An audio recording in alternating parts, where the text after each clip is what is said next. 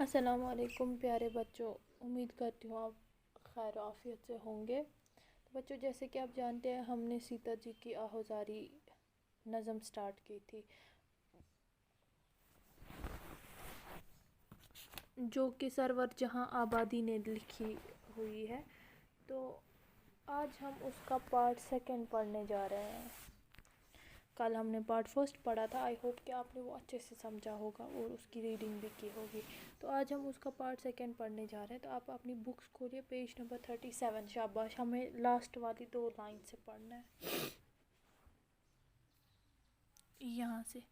پتلی کی طرح آنکھوں میں شام و سحر رہی، پہلو میں بن کے صبر و شکیب جگر رہی۔ یعنی پتلی کی طرح، یہ کون بولتا ہے؟ یہ سیتا جی بولتے ہیں اپنے ہسبینڈ سے، میں پتلی یعنی ایک اسٹیچو کی طرح آپ کے آنکھوں میں شام و سحر رہی ہوں، یعنی شام بھی اور سحر بھی، صبح و شام رہی ہوں آپ کی طرح، آپ کی آنکھوں کے سامنے۔ تو پہلو میں بن کے صبر و شکیب جگر رہی ہوں، ہر پہلو میں آپ کے ساتھ رہی ہوں، یعنی میں نے بہت صبر کیا۔ اس مینس کہ وہ اپنے ہسبینڈ کو بول رہی ہے میں آپ کے بغیر نہیں رہ پاؤں گی۔ دکھ آج تک سہا نہ غم کا انتظار، مجھ پر کرم رہا ستم روزگار کا۔ ہاں، آج تک اگر کوئی بھی دکھ آیا میں نے آپ کے ساتھ جھیل لیا، وہ مجھے کوئی بھی ٹینشن نہیں رہی، ہم لوگ ساتھ ساتھ تھے، مجھ پر کرم رہا تمہارا، یعنی مجھ پر آپ کا سایہ تھا، تو میں کوئی بھی دکھ جھیل سکتی تھی، لیکن اب آپ جا رہے ہیں تو میں نہیں رہ پاؤں گی آپ کے بغیر۔ صدمے تمہارے ہجرے کی کیوں کر اٹھاؤں گی میں، مر مٹوں گی دکھ یہ جو دم بھر اٹھاؤں گی۔ یعنی صدمے جو تمہارے ہجرے کے، یعنی یہ جو دکھ مجھے پہنچے ہیں آپ کی جدائی کے، میں کیسے یہ اٹھاؤں گی، یعنی آپ کے جدائی کے غم، مطلب جو مجھے کاٹا جا رہا ہے، اے سوامی، یعنی سوامی بولتے ہیں شوہر کو، میں کیسے یہ جھیل پاؤں گی، میں مر مٹوں گی، یعنی میں مر جاؤں گی، دکھ یہ جو بردم اٹھاؤں گی، اگر مجھے ایسا ہی دکھ ملتا رہا آپ کے جدائی کا۔ گھر میں جو چھوڑ جاؤ گے سیتا غریب کو، پاؤ گے بن سے آ کے نہ جیتا غریب کو۔ ہاں، اگر آپ اب کون یہ سیتا ہے بول رہی ہے، اگر آپ جاؤ گے، ٹھیک ہے، آپ چلے جاؤ گے، تو اب مجھے گھر میں چھوڑ کے جاؤ گے سیتا غریب کو، یعنی میں لاچار۔ غریب کون ہوتا ہے؟ جو لاچار ہوتا ہے، جس کے پاس کوئی، ہم بولتے ہیں جس کے پاس پیسہ نہیں، غریب وہ ہوتا ہے جس کے پاس پہلے ہی صحت نہ ہو، ٹھیک۔ اور دوسرا یہ کہ جس پہ کسی کا سایہ نہ ہو، نہ کوئی باپ ہو، یتیم کو غریب کہہ سکتے ہیں، ٹھیک ہے۔ دولت تو آتی جاتی ہے، لیکن سایہ ہونا، صحت سب سے بڑی دولت ہے، صحت۔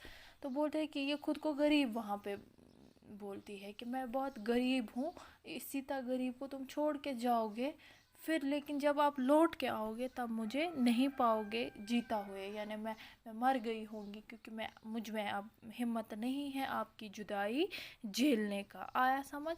تو بیسیکلی اس کو کہاں، اب آپ کے من میں سوال ہوتا ہوگا کہ اس کو کہاں جانا تھا سیتا جی کو، رام چندر جی کہاں جا رہے تھے؟ رام چندر جی کو بیسیکلی اپنی جو اس کے باپ جو راجہ دشرت جی تھے، ان کے 4 بیویاں تھیں، ٹھیک، 4 کی 3، آئی ڈونٹ ریممبر۔ تو اس کی جو کئی کی جو بیوی تھی کوشیلا، ہاں، اس کسی بیوی نے اس سے، مطلب جو اس کی ماں تھی، سوتیلی ماں، کس کی؟ رام چندر جی کی جو ماں تھی، یہ تو بڑی بیوی کے یہ تھے بچے رام چندر جی، لیکن جو اس کی چھوٹی بیوی تھی، اس نے اس کو بولا تھا اپنے باپ کو کہ میں بیمار ہوں، لیکن وہ بہت بیمار ہوئی تھی، بولتے کہ پھر اس نے ایک شرط بادشاہ کی جان بچائی تھی، مجھے وہ پورا نہیں اسٹوری، وہ کسی بک میں لکھی گئی ہے، آپ نے بھی پڑھا ہوگا، شاید 7th میں ہے، ہاں وہ 7th میں ہے، آپ نے پریویس چیپٹرز میں پڑھا ہوگا۔ تو جو ہی وہ کسی شرط کوئی رکھتا ہے کہ میں آپ کی ہر کوئی ایک شرط منظور کروں گا پوری، تو وہ شرط میں رکھتی ہے کہ آپ رام چندر جی کو گھر سے نکال دو اور اس کو بنواس بھیج دو 14 سال کے لیے، 14 سال۔ تو اس کا مطلب کیا تھا؟ وہ سوتیلا پن ہوتا ہے، وہ مطلب کرویلٹی، وہ نہیں چاہتی تھی کہ رام چندر جی وہاں رہے، تو بادشاہ کو ماننا تھا، راجا دشرتھ جی کو ماننا تھا، اور اس نے اس کو حکم دیا بنواس کا. اسی وجہ سے سیتا جی جو کہ اس کی بیوی تھی وہ بہت رو رہی ہوتی ہے. تو آئی ہوپ آپ نے یہ سمجھا ہوگا اور آپ اس کو اچھے سے ریڈنگ کریں گے. کل ہم نیکسٹ پارٹ اس کا پڑھیں گے. ٹھیک، تو دیجیے اجازت. خدا حافظ.